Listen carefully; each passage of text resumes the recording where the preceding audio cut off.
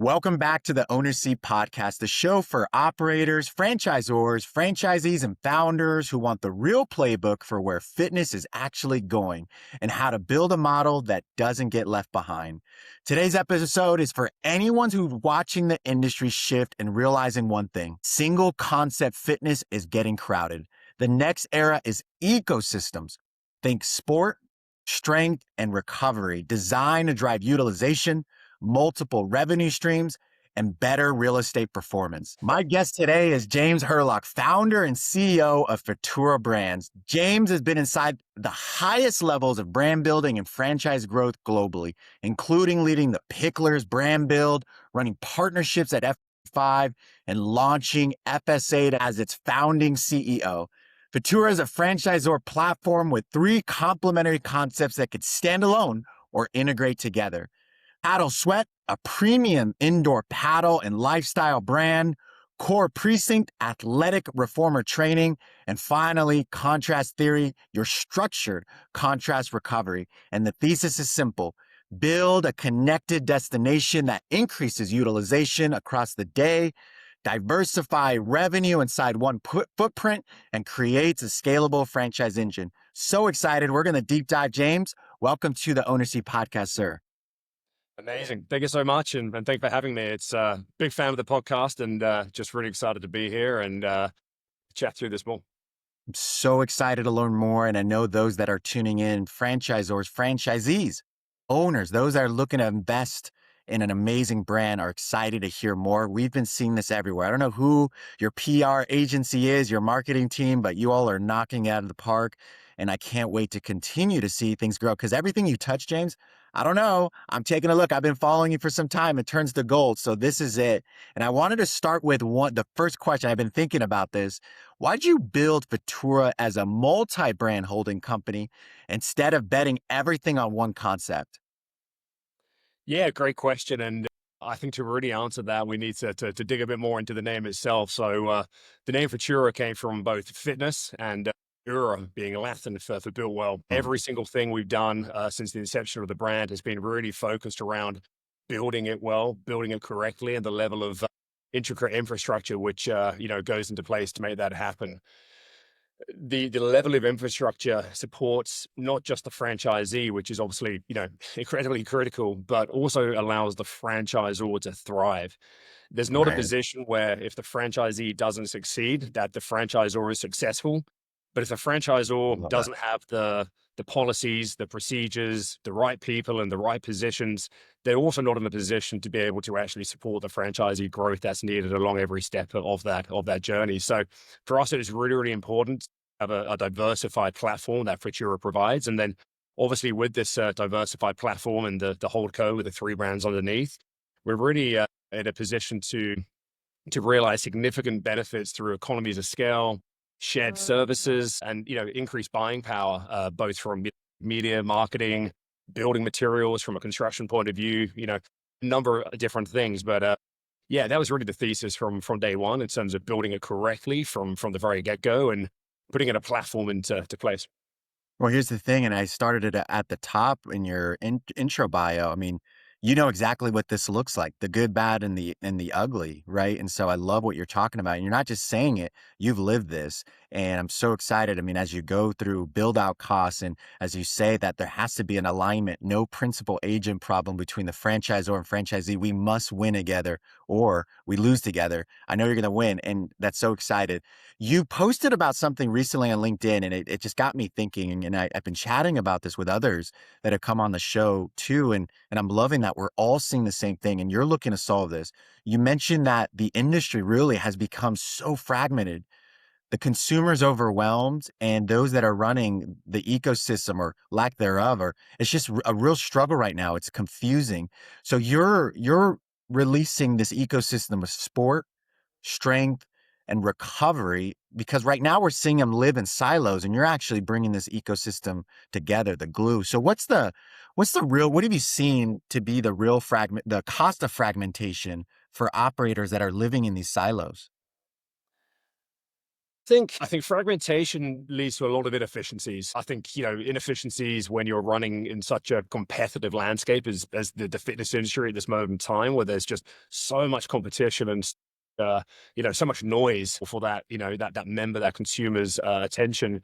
I think there's a lot of inefficiencies that are at risk. I think you're also leaving a lot of money on the table, a lot of revenue on the Mm, table. I think if you, in my opinion, unless you really own that entire consumer journey, you don't actually own a consumer at all. right. And a lot of these consumers are now having multiple memberships. We know they're training at, a particular, fitness studio. We know they're going and doing strength training or reformer and, studio B, and then we know they're going and getting recovery in studio C. So some of these brands are spending all of this money on cost of acquisition. I mean, CAC right now is through the roof. Yeah, Things never been more competitive and more expensive. So we're spending all this money on driving this consumer into our brand, and then in reality, we're only actually monetizing 30 to 40% of that total spend, which is just such right.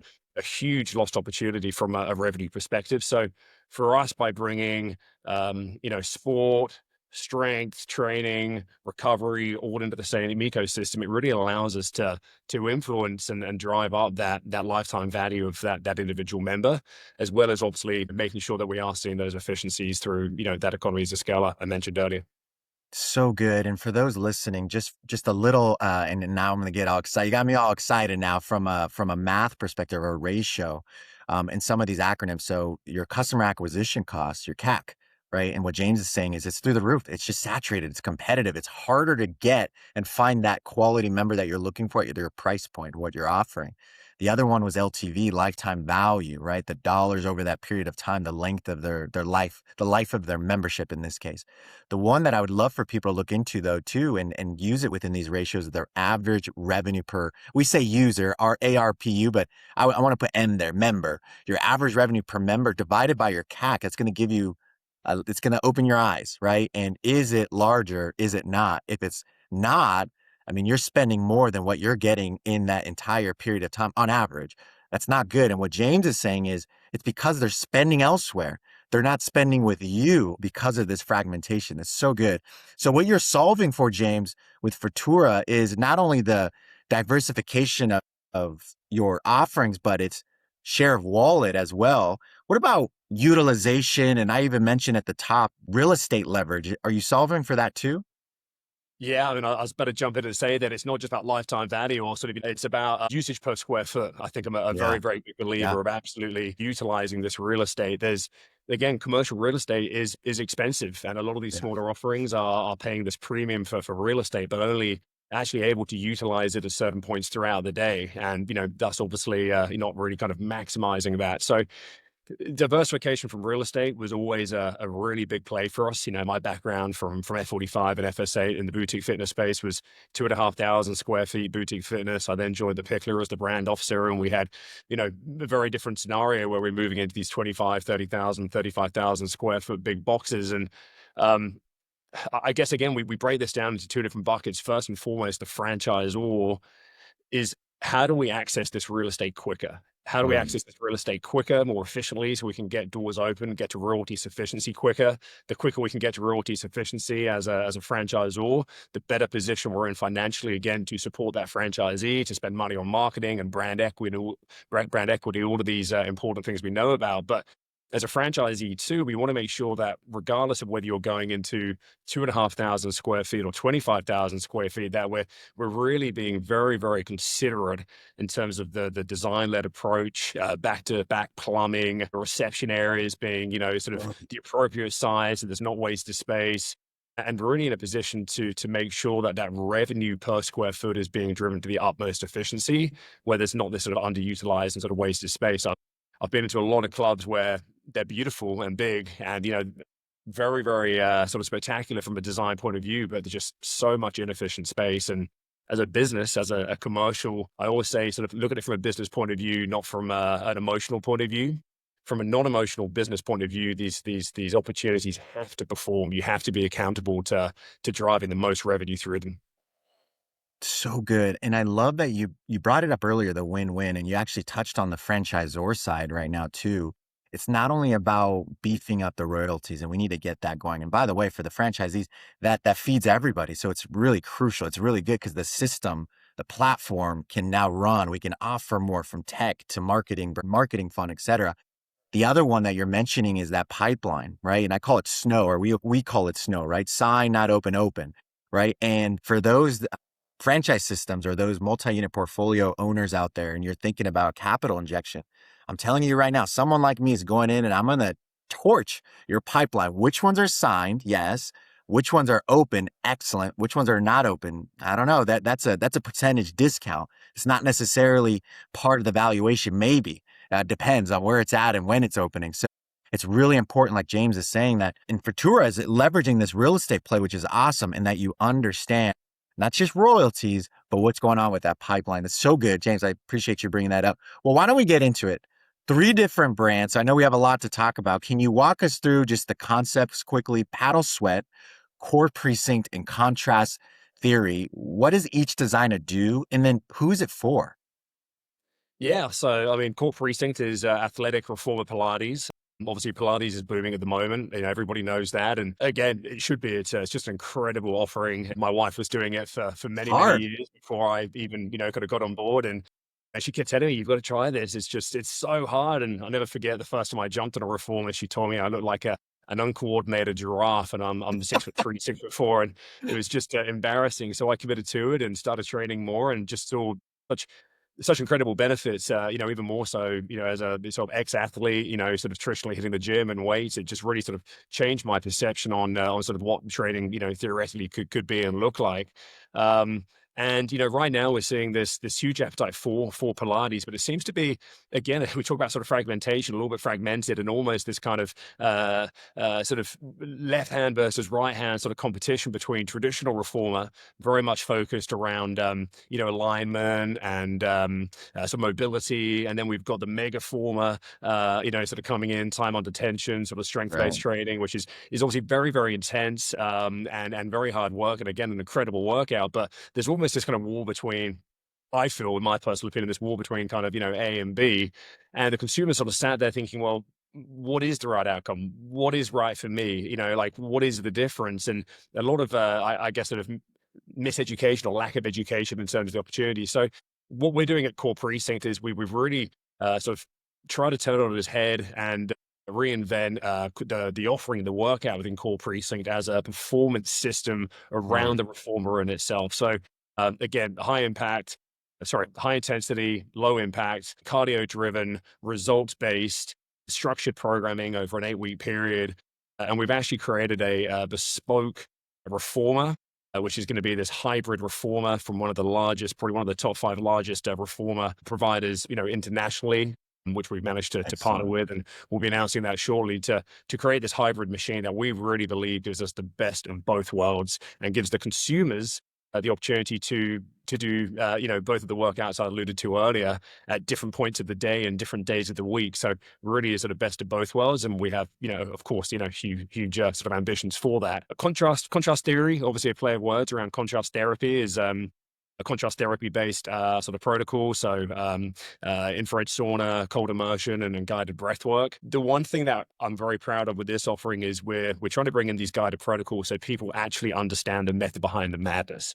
I I think love that. everybody understands and appreciates the benefits of this style of recovery. I think recovery has really gone from an afterthought. I know when I was, playing sports growing up, it was always this afterthought to what is now mainstream. You're only going to train as well as you're recovering yourself. So everybody, I think, is aligned in terms of the benefits of what is contrast therapy and why we should be doing this. But I still feel like no one really knows how to get the most of this. Mm. Some are doing it better than others, but even people that are, friends of mine that have saunas and cold plunges in their backyard, or are, going to centers, 2 or 3 times a week, they often can't tell you why they're doing it. Should they be starting in the sauna first? Should they be starting in the cold plunge first? Where should they be finishing? Should they be doing 20 minutes in the sauna or 3 minutes in the ice bath? Should they be doing 1 set or should they be doing 3 sets? Are they going to get a different outcome if they do different periods and different rotations? What we're looking to do is to really bring in that structured protocol so that consumers not just understand what they're going in for, what they're trying to achieve and how they're going to achieve it and the actual outcomes. Excellent. You hear a lot of communication these days about outcomes, outcomes, outcomes. Consumers are becoming more and more educated. They want to be able to understand the outcomes of what they're trying to achieve. I want to But pay for outcomes. I don't want to pay for just the intro. I want to, when I show up, I know when I'm paying, I'm going to receive results because of the work and because I know what I'm doing and I'm being guided. You're right. It's outcome based. It's amazing. absolutely. And the great thing about this is, by providing these outcomes and by providing these protocols, we believe that we can make it more sort of habitual and more create more of a routine. So rather than having consumers coming in once a week or even potentially twice a week or once a month, like other arguably recovery sessions are seeing, we can Mm. actually get the consumer in 2-3 times a week, if not more, because it's becoming this sort of habitual sort of routine for them. So again, Almost like a ritual, right? I think when you're talking heat, cold immersion, and the guided breathing, yeah, you're operationalizing it so that you want to come back and continue. It's just a lifestyle approach. It's just part. And you're so funny. I played college football, and you're right. I mean, when I thought of this recovery when we were doing it then, cold bath and all of that, or ice bath, it was a painful afterthought, right? But now it's this preventative lifestyle approach. I love it. So that's what contrast theory is all about. And paddle sweat, I'm excited about this. And a lot of the viewership is in the States. And this is something new. I think pickleball has gotten, obviously a lot of the attention. So many of you listening right now, you may not even know what the heck is paddle. You gotta go try it. It's completely different, but you have that social aspect. I'm not gonna steal your thunder. I'm just pumped. Tell us about paddle sweat.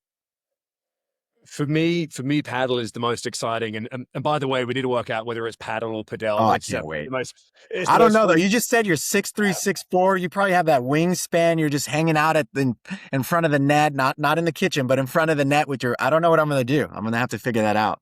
I'm I'll play certainly your not a great angles. player, so the net is definitely the stronger area because of my height and my game certainly needs improvement in a number of different areas. If you ask anyone that I play with, but yeah, I think there's this rift between pickleball and padel. It's almost like kind of us versus their mentality. It shouldn't be the case. And I was playing, sports since the age of pretty much 6 years old. For me, it's not about what's better. It's just about the fact that people are moving, people are active. I think the more people that are active, in this day and age, the better.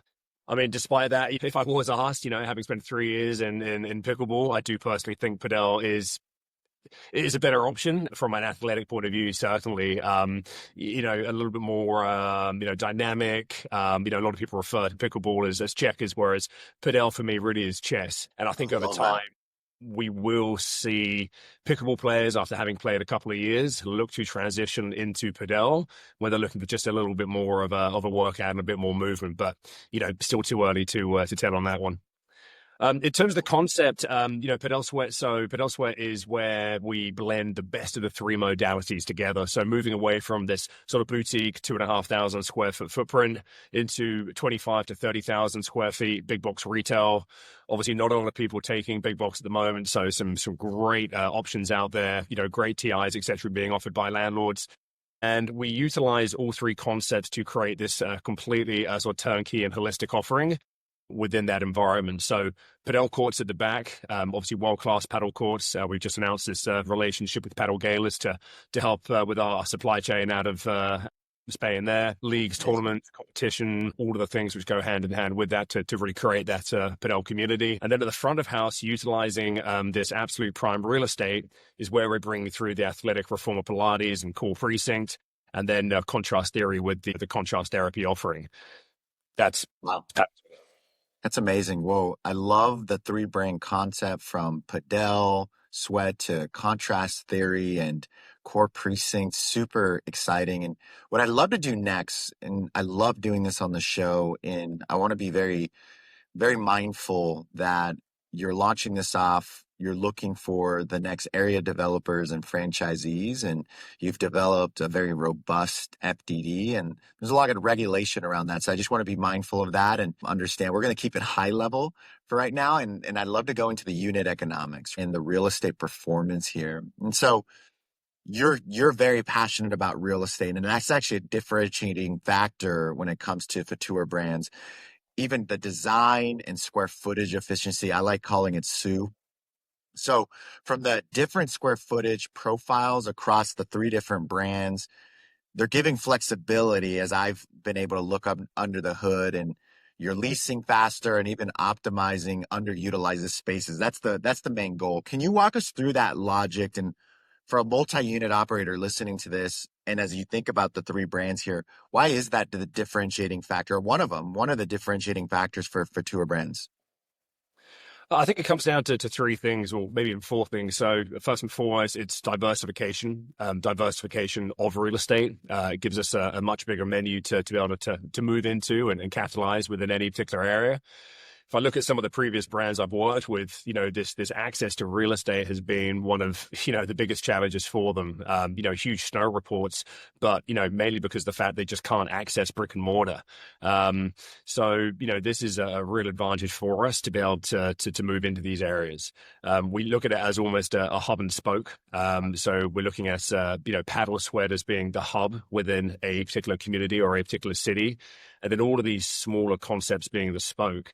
So what that allows us to do is to access real estate quicker, to build up brand equity quicker. Obviously, brand equity being point number two. Point number three being bang for buck in terms of real estate, higher buying power, but also that utilization of space, ensuring that every square meter or square footage of real estate is working hard for us and actually accountable for delivering revenue. And lastly, speed obviously ties into the three prior, but allows us to get out to market quickly and obviously take advantage of the tailwinds which we're currently experiencing within each of these three concepts. I love it. And you've published your unit economic targets, and I don't want to necessarily go too detailed right now. And you're having some great conversations with those that are highly interested in Fitura brands, whether it's one of the brand concepts or all three. We're getting a lot of that too. But in your experience, when you've come from some major brands, you've pumped out a lot of units. What have you felt like? What is important to see out some of these unit economic goals that a lot of franchisors set around build out costs and payback period and operating margins? Like what's the most important, maybe the most important variables when it comes to some of these assumptions?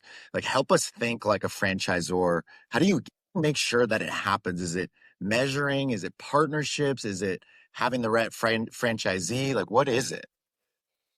I think it comes down to a handful of different things, and the two major factors. First and foremost, it's the support from HQ. If support is not there from HQ, if HQ does not have its house in order to give the framework and the guidance to a franchisee, especially if it's, their first foray into franchising, they're not familiar with a lot of the, the protocols of the industry, such as permitting, classic example, where we're seeing, often, dramatic delays. If the franchisor is not there to guide you through that, then there are inevitably going to be delays. And obviously, if you're delayed, you're reading into rent-free periods and you're on the back foot from the very get-go. The other thing is, any decent franchisor should be able to allow you to open your doors quicker, but also cheaper. So we're very, very big into the vendor relationships, the supplier network we have to both control supply chain, but also to make sure we're acquiring and using, the size of us to buy building materials at a lesser cost.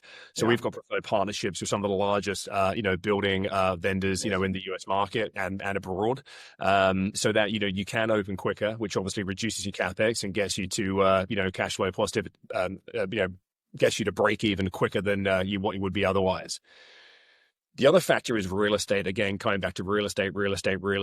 You have to be so careful to make sure that when you are taking a lease, that you're taking the right lease. Again, at Fitura, we're here to guide you through that. We're going to make sure that, you're having the support you need, so that you are going to the right area with the right demographics, psychographics, all of this sort of data points, which we utilize with our relationships in the industry. But if you are acquiring the wrong lease, it is very, very difficult to undo. You can pump money into marketing, you can increase lifetime value, you can look to acquire new members. All of this to some extent is very, very minimal though, in terms of the negative effect of the negative effect of going in and taking a bad lease. It's very difficult to do in hindsight. So just any advice as to whether you're going through Fitura or a different platform is make sure that the commercial real estate you're taking is very much fit for purpose. Absolutely. Modeling out that occupancy cost is huge because you're right. That can be very hefty as a percentage of revenue. And if you don't get it right from the get-go, you're stuck with it for the most part. One thing that I love, and I really think it's a competitive edge for you all as I think about this white space. And you've mentioned that too. I've seen you post about it. But no one's doing this unified design around lifestyle and franchising across multiple concepts and even under one roof. What do you think most operators, for those that maybe have tried in past, should do this? Like, what do they get wrong, and what are you doing differently? Especially as I mentioned earlier, you've been with some big brands. What did you learn from those previous brands? And even the leadership team you put together has this tremendous amount of experience. What have they learned, and how are you all doing it different at Fitura? Yeah, great question. For me, I think most operators don't fail because of a bad idea. They fail because they simply look to bolt concepts together at the surface level at a later stage. The difference with Futura is that we developed the system from day one to create this performance platform where all the three brands carry through, from the way the company was structured to the shared resources through to the tech stack and everything beyond that. Luckily, I've been very fortunate to work with some industry veterans with Fitura. When establishing the company, I went through my Rolodex as such, and got in contact with everyone I've worked with over a 20-year period. Best in class individuals from every division across the board, and we've brought together 60 plus years of franchising experience within the executive team of Fitura. So mistakes that have been made previously aren't being made again, and everyone's come into this concept with fresh ideas, with a vision of how it should be done. And yeah, just again about that infrastructure I've referenced, on a number of occasions to support both the franchisor and the franchisee. Well, you make it look and you make it sound super easy. And what I'd love to do is kind of go behind the scenes a little bit too. I mean, you're the founder, you're the CEO of this massive concept, Futura Brands, three concepts all within one. And you have these ambitious goals with your leadership team to have this national footprint, and the momentum is there. I mean, I hear about your brands, I see the PR, I see the partnerships. I mean, it's all the puzzle pieces in addition to your leadership team, which is solid. So just walk us through. I mean, those that are looking to franchise in the future as a franchisor, or even the franchisees. I mean, this is the owner seat. So you're on the spot. What's been the hardest thing? I mean, what's been the hardest thing around it, to your point, executing? Is it the real estate side and those partnerships, as you're thinking about and how you put together the build out and the build out costs? Is it the sales aspect to it? Is it the staffing and training and all the operational things that you're putting together? What's been the hardest part for you? Honestly, it's all been hard. Every bit of it's been hard. For me, what separates those that are successful and those that aren't is obviously a skill set, but it's who's prepared to work the hardest at it. And anybody that says building a business is not hard, I think is either incredibly talented or potentially in denial, because it is hard. The difference is that it should only be hard once. The whole point of, again, joining a franchisor that knows what they're doing is that the playbook, the policies, procedures, the vendors, the building materials, the real estate and construction guidelines, that membership marketing source we mentioned earlier, so that you're opening Right. with foundation members, so that you're in a great spot financially when those doors open. All of this should be provided to you. So although it's hard, it should be done once and once only, if it's done in the correct way, so that it's not hard for our franchisees. We're taking the brunt of it, so that when our franchisees come on board, they're not seeing the hard work that has taken place over a 12 plus month period. They're just benefiting from the process. And again, if your franchisor can't deliver you that process, then in my opinion, you should probably be looking in a different direction. Yeah.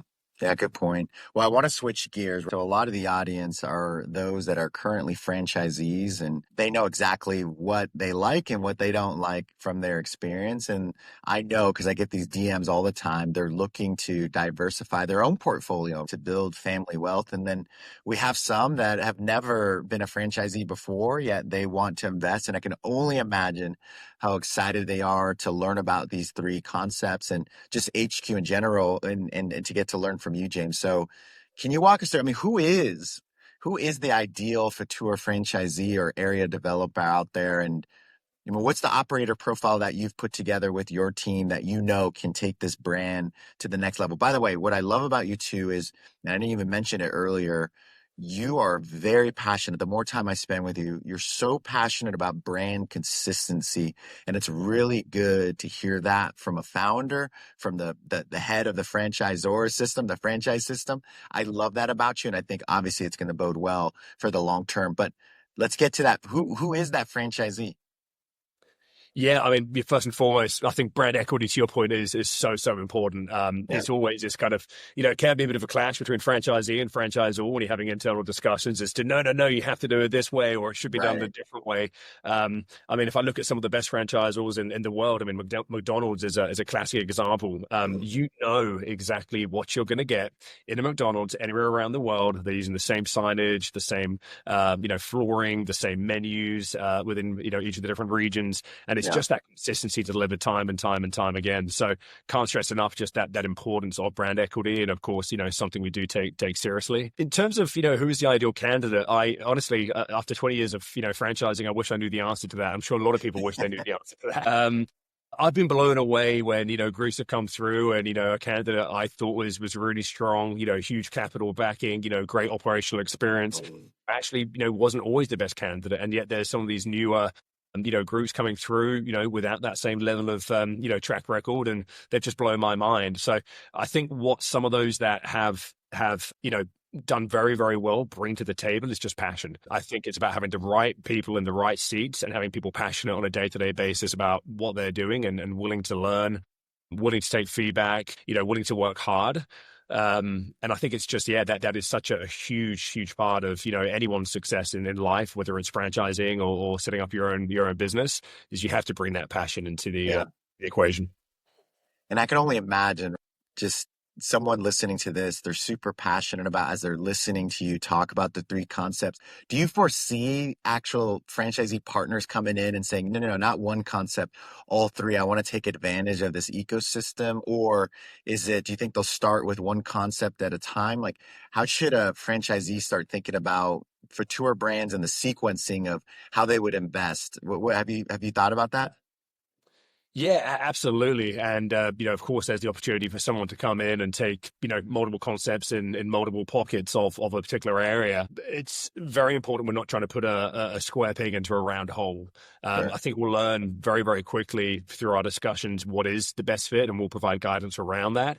And the great thing about the three concepts is we do have that level of diversification. So different entry points, different brick and mortar, different requires of, capital investment required, different levels of expertise, and frankly, just different levels of passion again. So, someone that is, or has been, going through and doing reformer Pilates for a number of years, that, loves the concept and, is maybe looking for a different, direction or career path, as is so often the case with franchising. Well, naturally, they're going to be a great candidate for Core Precinct. Someone that has an interest or an appetite for a Padel, well, potentially, Padel Sweat makes a better option for them. So I think we're gonna understand that very early on from these conversations. But, to my point earlier with the hub and spoke methodology, if there is someone that is well capitalized and does have that operational experience, then I think there's a huge amount of upside to taking both, say, a Paddle Sweat and some of those smaller concepts and really populating an area, in and around that geographical territory they'd be looking to acquire. Well, I'd say this. I mean, and people have listened to this podcast. They know I like to talk about share of wallet or the average revenue per member, per user. And I think about the demographic that's going from Padel Sweat to some of the other brands, and it's the same demographic, right? And if I could just see someone listening to this for those that want to franchise, and the three concept just makes sense to me because, yeah, or else the members just spending that money elsewhere, not within your system, your platform. So I love that, and I think that's huge that you've been able to roll this out in the three concept format for sure. We definitely see having the three systems side by side, or even within the same ownership or same territory, as a way to increase lifetime value. Right. increase retention and to take advantages of that operational efficiency. So Or even rather, lowering CAC too. That's a huge thing when it comes to customer acquisition cost. For everyone wondering if you haven't heard that before, customer acquisition cost. The lower you get that bad boy down, and as James mentioned, that lifetime value, that's where it's at for sure. That's great. Now, in general, and you again, you have this massive amount of experience with other brands, but for those that potentially have their hands on some capital right now and they're listening to this, like, man, I'm really looking for that brand, for that ownership HQ, the franchisor that can really support me and help me build wealth for my family. And because I'm passionate about all of this, what does a typical franchisee have? Like, walk us through, is that liquidity and cash on hand? Is that enough for working capital? Is that access to debt or debt financing, contingency? Like, what is that?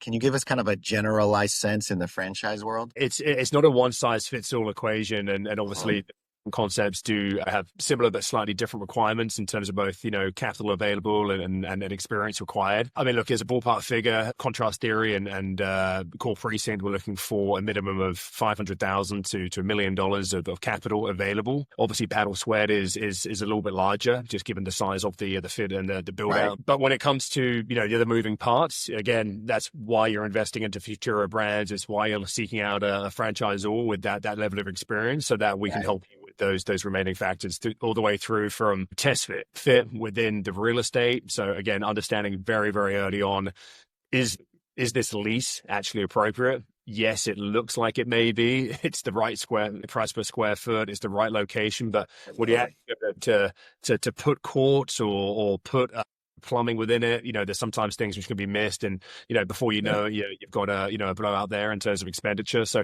all the way through from test fits through to acquiring a lease, signing a lease, through to all of the operational systems that go hand in hand, that shouldn't be a burden, and that's something we can certainly help with with that journey. And I've found that one of the biggest execution risks for franchisees, and you've probably seen it too. You kind of mentioned it earlier, but it's actually not post-launch, post-grand opening, which we're all excited about. It's actually that pre-sale, like leading up to it. And I know some have playbooks that's, 3 months, 4 months prior to leading up, because it all comes down to that. Not only the hiring and all that, but your membership pre-sale, like making sure that you're thinking about utilization and getting people to visit and return. And then what does your programming look like? How does Fitura Brands, how do you plan on helping your franchisees to make sure you have that on point, so that when they do GO or grand open or launch, man, we've done a lot of work leading up to, they're going to be successful. Yeah, it is a huge amount of work, and it's a huge number of different touch points. So I probably need longer than 30 seconds to Yeah, find out. And also, not sure I want to give away all of our secret sauce, but yeah, for sure. the opening with foundation memberships is just so critical. Again, from a cash flow point of view, but also just in terms of that experience. I'm sure everybody, listening can probably relate to when they've been into something, whether it's a party, whether it's a gym, and they're the only one there. It just doesn't click. There's not that level of experience, and people are thinking, "What am I missing here? Why am I here? Does everyone else know something I don't?" So if you open your doors with classes full, with an experience, you create this FOMO, fear of missing out. Everybody wants to then be part of it. It's that kind of positioning, aspirational positioning where, people want to be involved with something where there's a wait list, compared to opening with 2 or 3 members and there's no experience. And what happens often in that case is you open with 50 members, and before you know it, you're down to 20 or 30 members because people are handing in their notice periods. And unfortunately, that's a very, very difficult thing to overcome. So absolutely just incredibly important. We do under our FDD, we do under our FDD ensure that there is a pre marketing expenditure allowance there, so that we do have Right. the ammunition and the fuel for us to be able to deliver this awareness piece and to drive members into clubs. And of course, it's an investment, but the investment can't be underrated as part of the overall expenditure to get these things firing on all 4 cylinders. Sure. I love that. At the time of this recording, can only imagine, I mean, you're in your early stages, and as people are looking and are investing in Fitura brands, and each one of the concepts is from not all three, I can only imagine that you get a ton of interest around, hey, I want the whole territory. I want the territory, founding territory rights. So if someone was interested in that, like, maybe it's me in Houston or something, what should we expect? Like, how do you go through that process? Like, what should people do to prepare? How as you've gone through this and in your experience, like, how do you make sure you're doing the right thing and you're selecting the right people for something like that? If I were to come to you and say, you know what, I want all of Houston, how do you get through that? Difficult question again. I think the really savvy investors, franchisees, multi-unit operators have really worked out the methodology that if you get a decent territory and you're buying a large number of units, sort of 3 to 12, we often see as the sweet spot, Yeah, that, there is the opportunity for a greater exit, a greater multiplier on that exit.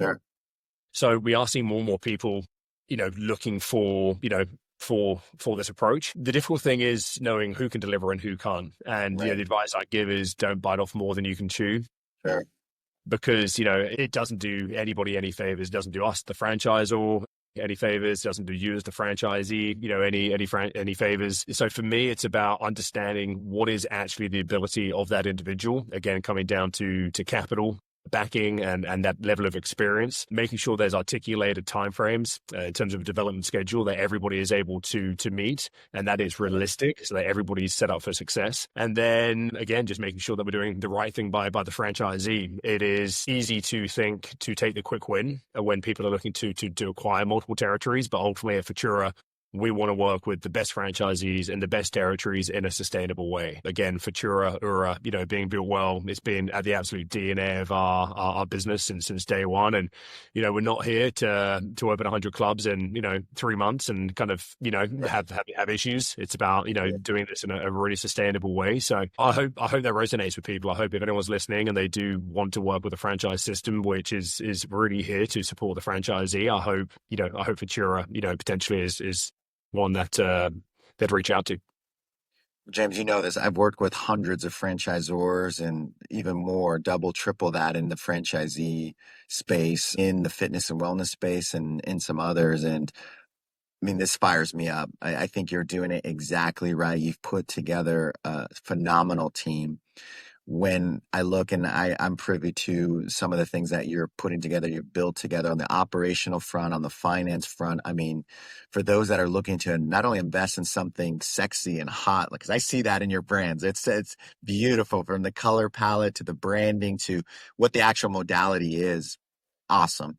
But then when you look under the hood and you look at all these little intricate parts that have been set up for you so that you're successful, it's super impressive. And I know that you're right. It's hard. It doesn't come easy. And it definitely matches the amount of experience and firepower that you have on your leadership team. So cool. You chatted about the Holdco platform, and we went through the 3 different concepts, from core precinct and contrast theory to Padel sweat. And thank you for going through just what you look for and what you look at on the unit economic front. And then that differentiating piece to Fitura brands, that real estate build out cost piece. I think that is so important. I hope people caught wind of that, because it's really important. And James, you even mentioned the support every step of the way when it comes to all of these different parts, including the occupancy leases. That is so important. I'm so glad you said that, because we need to talk about that more. I think a lot of franchisees get in a lot of trouble and they don't have the HQ there with them hip to hip to make sure that they're set up for 10 years, 20 years, because it can bite people, definitely, because there's seasonality, things happen. So I appreciate you going through that and talking about how you make sure that you take care of your franchisees and you set them up to scale. And so I think that's awesome. Any last words that you want to share about your platform, your 3 concepts, for those listening? Anything you'd like to share? Any advice you'd like to give those that are thinking about getting into the franchise world? I think if anyone's interested to explore it further, we'd just love to have an open conversation. And again, just we'll be the first to let anyone inquiring know if this is, something we believe to be, sustainable and a good fit for both of us. But, you have to start by having that conversation. So anyone could reach out to me on LinkedIn. I've got a LinkedIn account. It's just James Hurlock. Shoot me a message. We also have the 3 websites. So www.pedalsweat.swt.com, precinct.com, and contrasttheory.com. There's Excellent. access to information on those websites, the ability to register an interest. We do have an exquisite franchise sales individual who's, again, been in the industry for many, many years, who we can have a conversation with. And yeah, I mean, in terms of experience, I think it's just think once, think twice, think 3 times, and then, actually make a decision if the franchise or you're going with is the right fit. Right. Brand equity, again, very, very important, but arguably can be a little bit superficial. To your point, I'm not a particularly a mechanical guy, and I couldn't tell you what engine I have under my cars, but what is under that hood is just so important. It's about that support, the level of infrastructure, who's the executive team, what is that franchising experience? Do they even have franchising experience? What does that FDD look like? Are the numbers realistic? Within those FDDs, to give you the greatest possible chance of success. So that would just be my only advice. And again, happy to go through that with anybody if there's an appetite to explore this further. Well, I've said a lot that I love about Fitura, and I want to hit on these again. I think we're in a time where utilization is more important than ever before. Frequency, and I post a lot about this. The experience, not just because of acquisition, but because of retention. And in many ways, what I see out there and some of the concepts from a square footage is your price per square foot, but what's going on with that square footage of the members it's so important. You cannot lose members. So that experience is so important. And then James, I think you bring another variable. You talked occupancy costs, but that real estate efficiency, those build out costs, we're feeling it in a world of, and we could call it inflation or just construction costs, raw materials, all of it is skyrocketing. So as a franchisee, you need to connect with a brand that thinks like James. And so James, I love that you chat about that. So we've talked a lot of ratios and financial verbiage too. So for those that, you want to talk more about cash visibility or unit economics, I mentioned that earlier, build out planning, capital strategy, make sure to also, and I'll put this in the show notes, James, I'll have all of that you mentioned in the show notes, but also feel free to reach out, check me out on strategointel.com. You could always DM me on LinkedIn. I'm pretty active. But James, such a pleasure. Everyone, this has been another episode of the Owner Seat Podcast. I'm your host, Albert Ramos. All episodes drop, if you haven't been tuning in, Monday and Friday at 8 a.m. Central. Such a pleasure. James, amazing. Great job. Well, thank you. Thanks, everybody. We'll see you next time.